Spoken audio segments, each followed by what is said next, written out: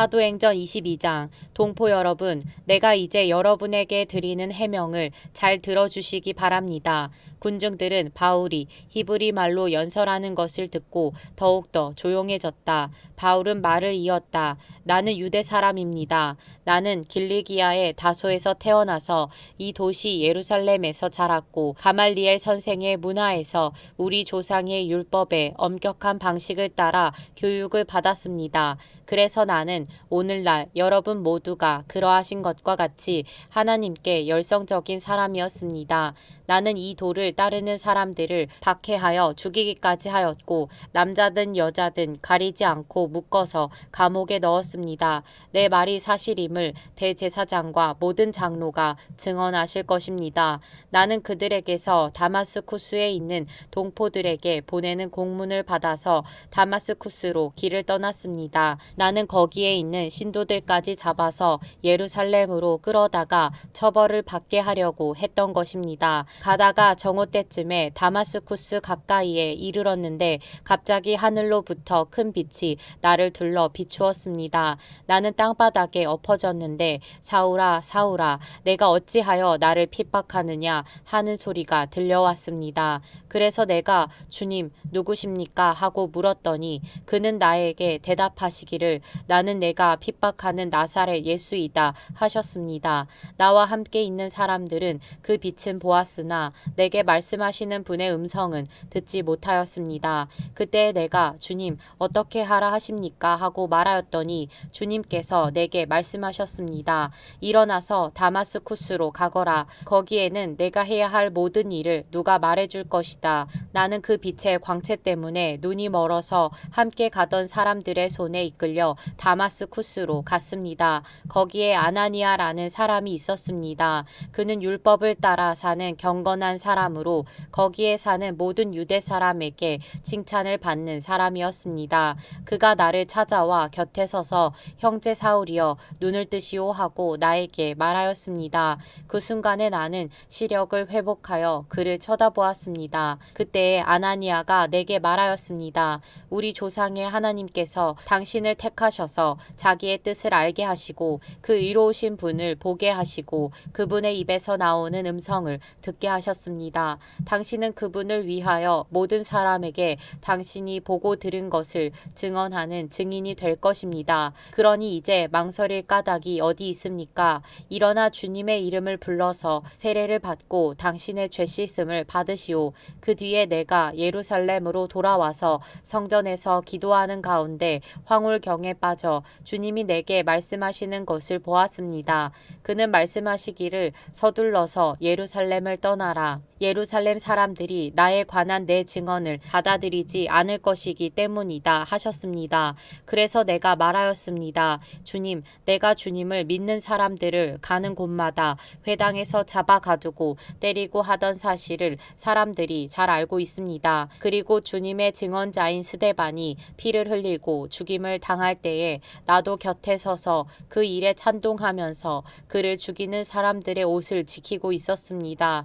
그때 주님께서 말씀하시기를 가라 내가 너를 멀리 이방 사람들에게로 보내겠다 하셨습니다. 사람들이 바울의 말을 여기까지 듣고 있다가 이런 자는 없애버려라 살려두면 안 된다 하고 소리를 질렀다. 그리고 그들은 고함을 치며 옷을 벗어 던지며 공중에 먼지를 날렸다. 그때의 천부장이 바울을 병영 안으로 끌어들이라고 명령하였다. 그리고 그는 유대 사람들이 바울에게 이렇게 소리를 지르는 이유를 알아내려고 바울을 채찍질하면서 캐물어 보라고 하였다. 그들이 채찍질을 하려고 바울을 눕혔을 때에 바울은 거기에 서 있는 백부장에게 로마 시민을 유죄 판결도 내리지 않고 매질하는 법이 어디에 있어 하고 말하였다. 백부장이 이 말을 듣고 천부장에게로 가서 어떻게 하시렵니까? 이 사람은 로마 시민입니다 하고 알렸다. 그러자 천부장이 바울에게로 와서 내게 말하시오.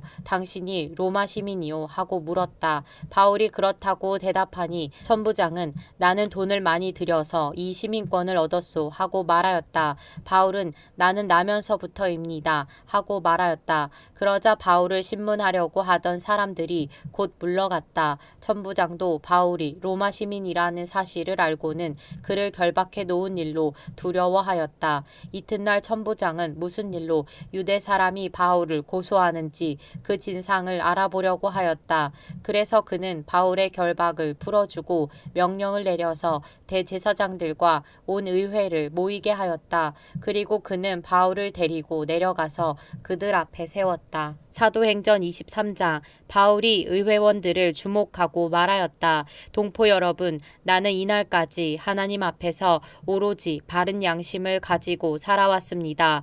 이 말을 듣고 대제사장 아나니아가 곁에 서 있는 사람들에게 바울의 입을 치라고 명령하였다. 그러자 바울이 그에게 말하였다.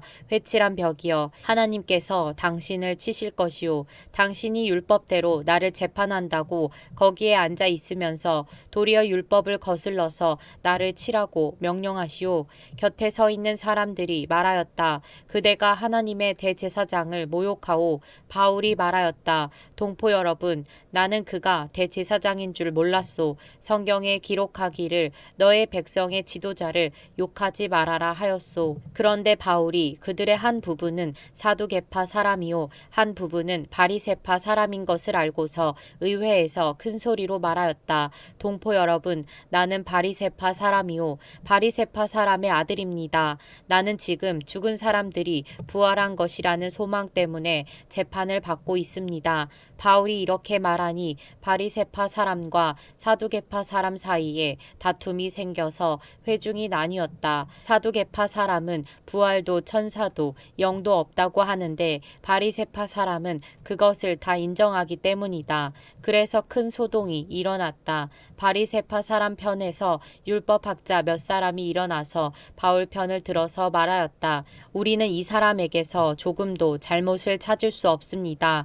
만일 영이나 천사가 그에게 말하여 주었으면 어찌하겠습니까? 싸움이 커지니 천부장은 바울이 그들에게 찢길까 염려하여 군인더러 내려가서 바울을 그들 가운데서 빼내어 병영 안으로 데려가라고 명령하였다. 그날 밤에 주님께서 바울 곁에 서서 말씀하셨다. 용기를 내어라. 내가 예루살렘에서 나의 일을 증언한 것과 같이 로마에서도 증언하여야 한다. 날이 새니 유대 사람들이 모이하여 바울을 죽이기 전에는 먹지도 마시지도 않겠다고 맹세하였다.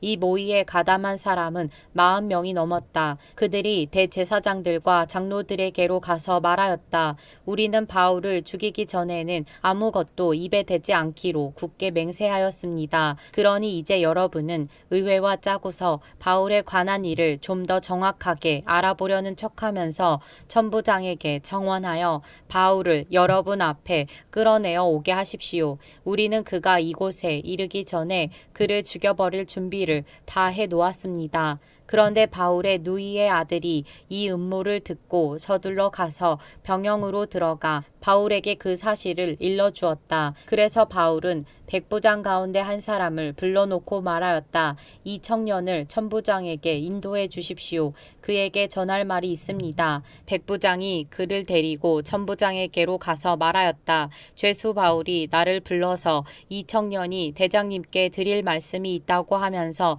데려다 달라고 부탁해서 데려왔습니다. 천부장이 청년의 손을 잡고 아무도 없는 데로 데리고 가서 물어보았다. 내게 전할 말이 무엇이냐? 그가 대답하였다. 유대 사람들이 바울에 관해서 좀 더 정확하게 캐물어 보려는 척하면서 내일 그를 의회로 끌어내어 오게 해달라고 대장님께 청하기로 뜻을 모았습니다.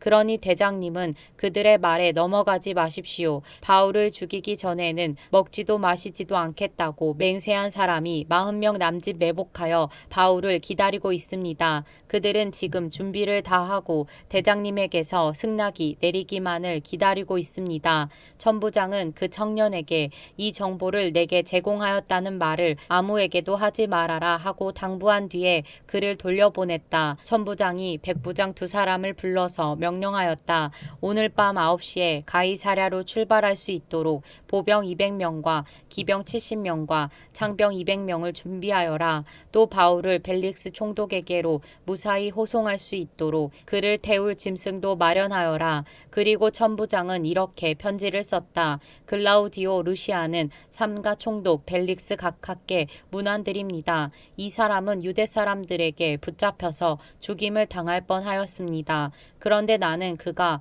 로마 시민인 것을 알고 군대를 거느리고 가서 그를 구해냈습니다. 유대 사람들이 무슨 일로 그를 고소하는지를 알아보려고 나는 그들의 의회로 그를 데리고 갔습니다. 나는 그가 유대 사람의 율법 문제로 고소를 당하였을 뿐이며 사형을 당하거나 갇힐 만한 아무런 죄가 없다는 것을 알았습니다. 그런데 이 사람을 해하려고 하는 음모가 있다는 정보를 듣고서 나는 당장에 그를 총독님께로 보내는 바입니다. 그리고 그를 고발하는 사람들에게도 그에 대한 일을 각하 앞에 제소하라고 지시하여 두었습니다.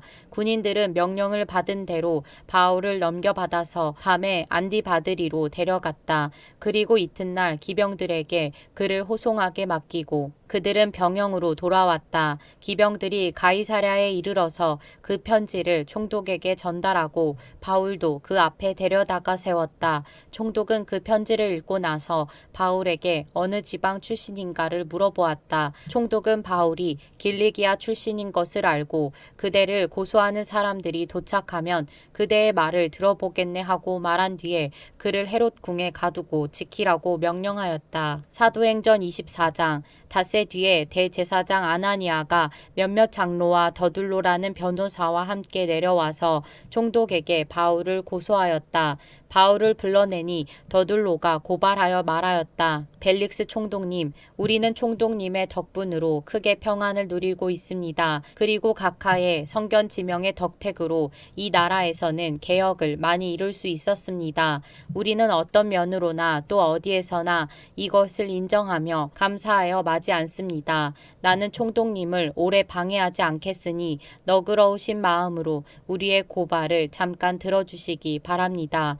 우리가 본 바로는 이 자는 연병 같은 자요 온 세계에 있는 모든 유대 사람에게 소란을 일으키는 자요 나사렛 도당의 우두머리입니다. 그가 성전까지도 더럽히려고 하므로 우리는 그를 붙잡았습니다. 총독님께서 친히 그를 신문하여 보시면 우리가 그를 고발하는 이유를 다 아시게 될 것입니다. 그러자 유대 사람도 이에 합세해서 그의 말이 모두 사실이라고 주장하였다. 그때의 총독이 바울에게 말하라고 머리를 끄덕이니 바울이 대답하였다. 총독님께서 여러 해 동안 이 나라의 재판장으로 계신 것을 내가 알고 있습니다. 그러므로 나는 기쁜 마음으로 내가 한 일을 변호하겠습니다. 내가 예루살렘에 예배하러 올라간 지 열 이틀밖에 되지 않았다는 것은 총독님께서도 곧 아실 수 있습니다. 그리고 나를 고발한 사람들은 내가 성전에서나 회당에서나 성내에서 누구와 논쟁을 하거나 군중을 선동해서 모으거나 하는 것을 보지 못하였습니다. 지금 그들은 내가 한 일을 들어서 고발하고 있지만 총독님께 아무 증거도 제시할 수 없습니다. 그러나 나는 총독님께 이 사실을 고백합니다. 그것은 내가 그들이 이단이라고 하는 그 도를 따라 우리 조상의 하나님을 섬기고 율법과 예언서에 기록되어 있는 모든 것을 믿는다는 사실입니다. 그리고 나는 하나님께 소망을 두고 있는데 나를 고발하는 이 사람들도 그 소망이 이루어지기를 고대하고 있습니다. 곧 그것은 의로운 사람들과 불의한 사람들의 부활이 장차 있으리라는 것입니다. 그러므로 나도 언제나 하나님과 사람들 앞에서 거리낌 없는 양심을 가지려고 힘쓰고 있습니다. 나는 내 결례에게 구제금을 전달하고 하나님께 제물을 바치려고 여러 해 만에 고국에 돌아왔습니다. 그들은 내가 제물을 바치는 절차로 성전에서 정결 예식을 행하는 것을 보았을 뿐이고 내가 작당을 하거나 소동을 일으키는 것을 보지 못하였습니다. 그 자리에는 아시아에서 온 몇몇 유대 사람이 있었는데 내가 한 일을 들어 고발할 것이 있으면 그 사람들이 총독님 앞에 나타나서 고발했어야 마땅할 것입니다. 그렇지 않으면 내가 의회 앞에 끌려가서 섰을 때에 이 사람들이 내게서 무슨 잘못을 찾아냈는지 그것을 말하라고 해보십시오. 다만 나는 그들 가운데 서서 말하기를 오늘 내가 여러분에게 재판을 받고 있는 것은 죽은 사람들의 부활과 관련된 문제 때문입니다. 하는 이 한마디 말을 부르짖었을 뿐입니다.